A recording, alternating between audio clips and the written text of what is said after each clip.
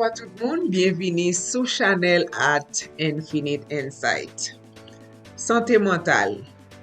Qui ça nous doit faire pour aider nous rester en bonne santé mentalement?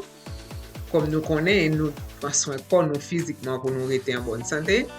Mentalement tout, des bagages nous besoin faire pour nous capables de rester en bonne santé en l'air à tout. Si on l'est pas en bas, nous, bah non.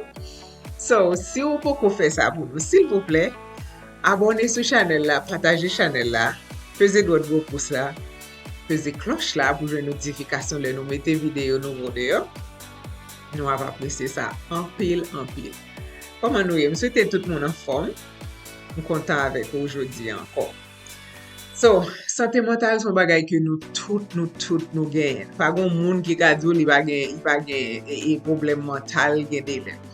Parce que des pour gagner émotion dans veine ou dans corps, dans pensée ou dans brain ou dans cerveau, ça veut dire son monde qui gagne et ça crée les bagages mental, problème mental.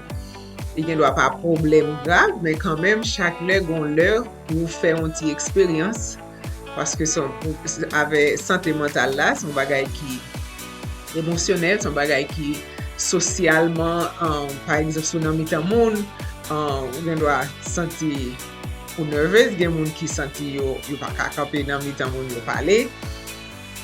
Il y a des gens qui pas aimer ça, vous comprenez?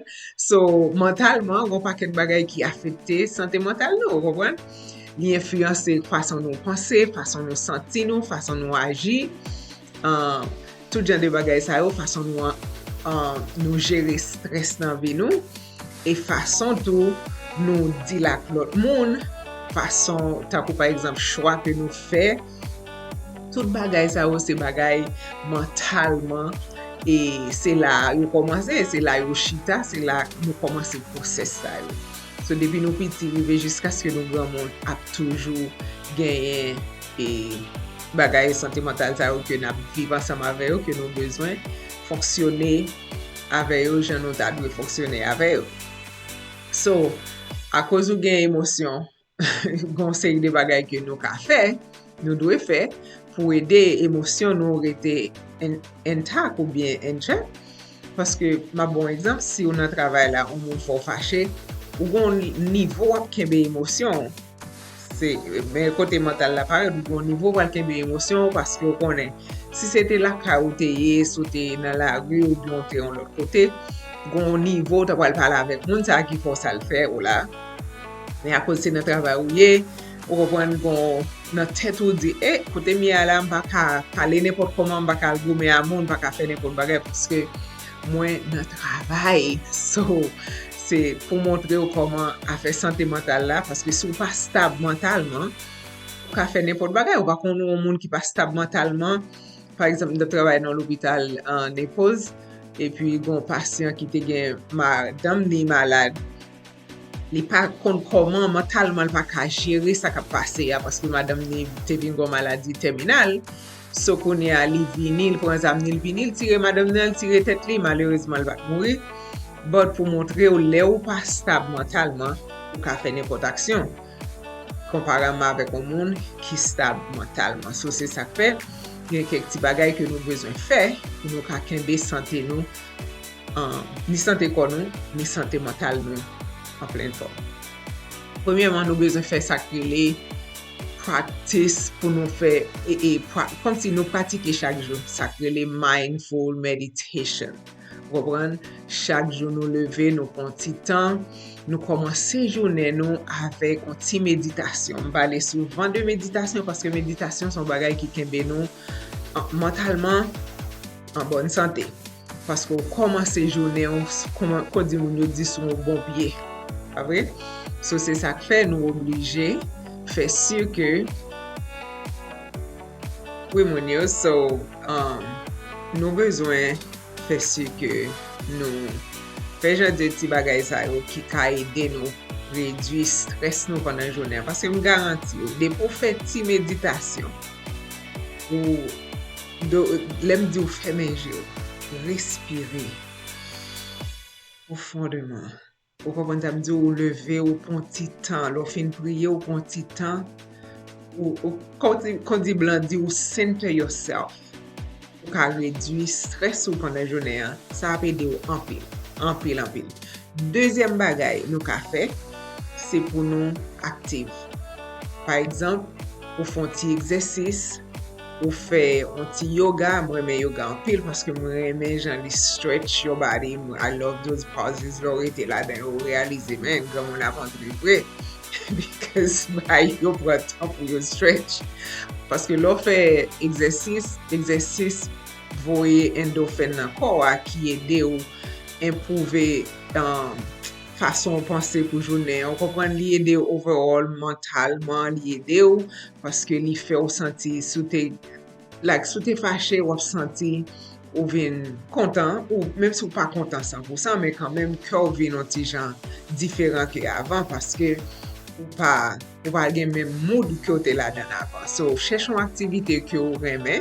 Mwen menm se yoga mwen reme. So, mwen reme yoga e pi mwen reme sakre le Zumba paske men pa konse te pou swal nou klas Zumba ansam avem wap pense wap di this lady is something else because menm si mba kon move yo, it's not about si move bien, it's about mwen fe yon aktivite pou ede kwa. Ou kapwen mentalman se bagay ki ede ou. So, m'encouraje nou pou nou chèchon aktivite ke nou reme pou nou kapab fè, paske sa ede nou. Paske endorphin, se yon nan bagay ki voel nan kwa, se egzersis. So, fèt yon ti egzersis, yon ti mache, yon ti yoga, ou kal fè lot bagay, tou gen tout kalite form de egzersis. But chèchon bagay ke nou fè, en fason pou nou kapab rete en bonne santé. Ou konen santé ou, le en bonne santé, sa vle di ke tout kwa, tout le nou en santé mental, nou en santé fizik, sa vle fè kwa li a bien fonksyonè. Right? So, lot bagay nou bezon fè, se pou nou kenbe yon diet ki en bonne santé. So, lo kenbe yon diet ki en bonne santé, sa vle di ke ou pa manje n'importe bagay. Bon, lè pou ou ka manje yon ti duri, men duri pa ka chak jou nan bolo. Kwa m sou vle? M fè eksperyans la, duri avèk san duri, koman li agi sou. Ou wapwe sou fin manje yon bol duri la, ou chita sou kaouch a domi vle pou tout suite, paske si telman ge farine li entre nan ko, sik, ou kompon farine sa yo vin toune sik, on dot kado, blood sugar monte. Enfin, an nou pa men montre nan detay sa yo. M'encourage ou manger du riz jaune plutôt au lieu de manger du riz blanc. Et l'autre manger en pile. M'encourage ou tout pour mettre plus fruits à végétables dans manger que ou manger parce que leur nourrit corps li ou avec bon manger, ça aide ou dans tout sens. Nous connaissons ça déjà. Manger qui bon pour corps li fait un pile impact dans corps parce que si vous mangez un bol de riz, même manger un bol salade, ou après énergie nou pa rete nan menm level pandan rejounen. Wap ou menm wap vin fatige avan, wap senti ou de la. Mwen menm, au kontre, si mte la, wap toujou rete la. Ou wapwen, la pran plus tan pou tourne bak nan normal ou ke mwen menm map rete pi stab paske map gwo enerji ki pi stab ke ou menm. So, sa yo très important pou nou fè moun yo. Oui, sa yo important. L'ot bagay nou bezon fè, se konekte avèk lot moun.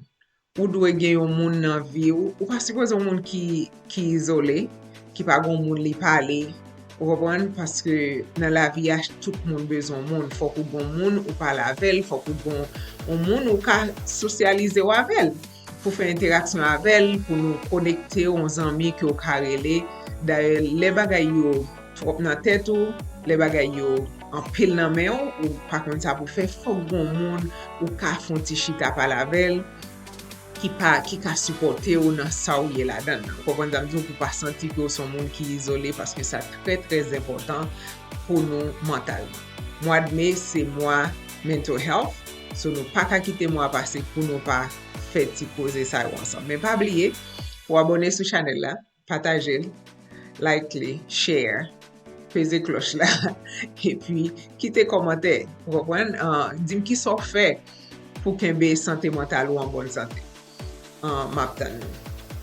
Ok, l'autre bagay nou bezon fè, se mette de goal ki realistik, ou kompren pa, takou par exemple sou santi on bagay ap mal mache, ou kompren damdi ou yon bon plan ki gwo, koupe lan ti mwosan, ou kompren damdi ou mette la ti plan sa pou jodi, and then deme si deme ma fè sa la dan, apre deme ma fè sa la dan, jiska skè m ka arrive, l fè bagay ki ou ka manage. Ou kompren pa mette goal ki pa realistik, ke ou mèm ou pa ka kenbe yo, paske sa très très important pou nou kenbe, paske lò ou pa achieve, so te set on goal, kon ya lè arrive ou pa achieve li, wap santi ou disappointed, wap santi ke ou son moun ki fel nan sa ou ta fè ya.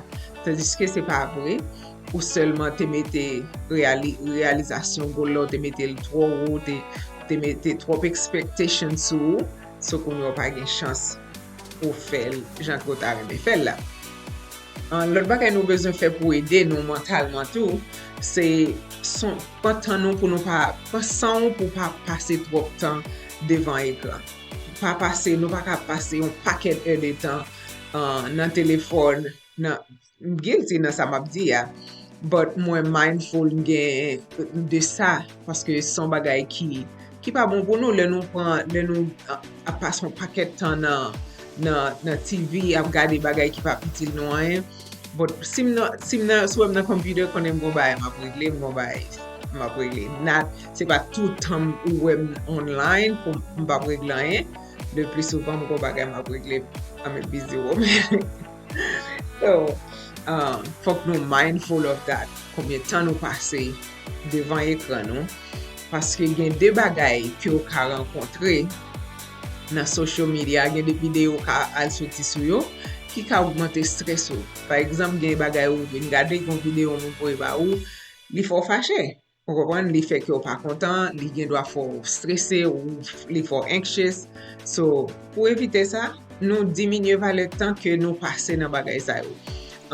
Gen lè pou just bay mind ou break de tout bagay, pou just dekonekte avek konsey de bagay. Mwen men, mwen kom gen group ke m la dan yo, wap wè m chwazi pou m mette group sa sou silans pou an semen, ou bien 2-3 jou, ou bien whatever.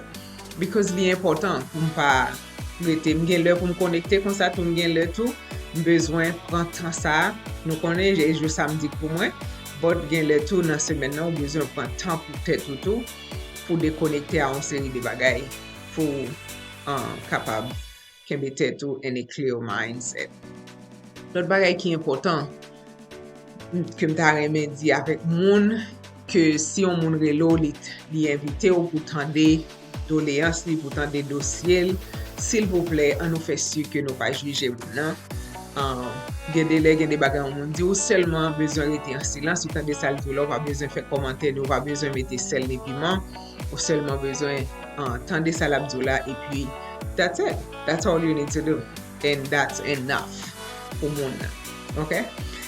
L'autre bagay ki important nou dwe konen, se pou abone sou channel la, premièrement, deuxièmement, se pou nou fè sur ke gen nan posisyon ke nou rive. Par exemple, si ou santi ou rive nan posisyon kote ke ou santi tèt ou anvi pati, ou santi ou pa gen kontrol de anyen ka pase yo, bagay yo vin trop pou, s'il vous plaît, fè sur ke ou chèche aide profesyonel. Se pou sa yo la, se yon rezon mwen bon passe mtande souvan, mwen remel paske toujou a pale de mental health, li pa jam an chem pou di ou ke li menm tou li te gen problem gampil e moun nan la bib ki te gen problem mental tou, se pa sel nou men, ou kompran, paske mi di nou deja se nou tout ki gon ti problem, gen moun ki don level at higher than the other, but nou tout nou gon ti problem kamen, so nou se jan nou jere, se sa ki important. So, an nou fè si ke nou chèche ed, ble sa nesesè pou nou chèche ed, sa trè trè important, paske nou pa avle bagay la vin pi grav nan men nou, gen terapi yo ka fè pou nou, gen counselor nou ka pala ave yo, map fè si ke mette yon numero nan an ba video pou kapab mwen rele yo 24/24 sou bezwen ed pou pa kont sa pou fe avek problem mental ke nou gen. L'autre bagay m realize et tout moun konnen tout, se yon kesyon de on moun ki toujou pozitif nan la vi, on moun ki grateful, on moun ki toujou we the best out of everything. Son moun li problem mental li pa men jan avek l'autre moun ki pa wel kon sa, paske l'autre moun ki pa wel kon sa la kalkile an pil, la pense tout kalite bagay ki ka fe bagay la fe a bi nou wrong ou bien li pa realize l. Men yon moun ki toujou a pense ke nan la vi a tout bagay rive pou an rezon. Pa gen rezon pou mtiye tet mwen because life happen, life goes on. So, moun sa li ap diferent. Denye bagay pou m pale sou li, abone sou channel la. L'autre bagay la se engaje nan nou aktivite ki ou reme, ki ou enjoy. Tane? Par exemple, gen ici aux États-Unis, moun yo gen sakre le painting, ou ka al paint, même sou pat kon paint, ou ka al paint, ou ka ekri, sou kon jwe müzik, ou ka jwe müzik, sou ka mache, ou ka fe ti mache, ou ka kouri, ou ka fe ti exercice, ou chèche yon bagay ke ou enjoy, ki ka fe ou retire ou nan posisyon ki ou ye, paske yo rekomande 15 à 20 minutes, 15 à 25 minutes mache, le ou senti on bagay ou bezon pase, paske selman soti de yo la nature ki aux alentours de yo li suffit pou ede kalme l'esprit ou surtout si ou ale ou ese pa pense de sa ka pase nan vi yo, pa pense de sa ka trouble l'esprit yo. So, sa selman suffit pou ede. So, le ou al mache, sa pou nou sonje le ou al mache, si ou bien le ou ap medite ou bien whatever exercice, aktivite ki ou ap fe a, pendant wap fel, sa pa vle di ke vie ide ou bien vie bagay, ou bien vie problem yo, ou bien sa kapte kaso la pa vin nan tèt. Sa ki esensyel ki important, konbien tan ou kite l fe, esko ou kite l dire nan tèt ou bien esko ou ka pase sou li ou pense di yon lot bagay. Paske pense yo ap vini, ou pa ka empêche yo vini. Yo ka vini, men ou ka au lieu ma pense de sa, ou msonje mtal la badi, ma ka fe, mette nan tèt mwen pendant mte la badi ya, me koman sa te, me sa mta pe enjoy, mka visually wè tèt mwen la, et puis ma pense avèk sa, et puis tout bagay ap nan plas yo. Anyway, moun yo, mte kontan avèk ou, mte kontan ou te pase sou channel la. Mdou mersi infiniment paske ou abone, like, share, komante, tout sa. Et puis, si ou pat konen, se fèt drapo mliye, so mabdi ou. Mabdi nou tout bon fèt drapo. Mersi tout moun ki tap suiv nou, nou souwete ou pase yon tre bonne semen. Jésus remè ou mwen remè ou, sa suffi pou viv ak ke kontan. Mersi, bye bye.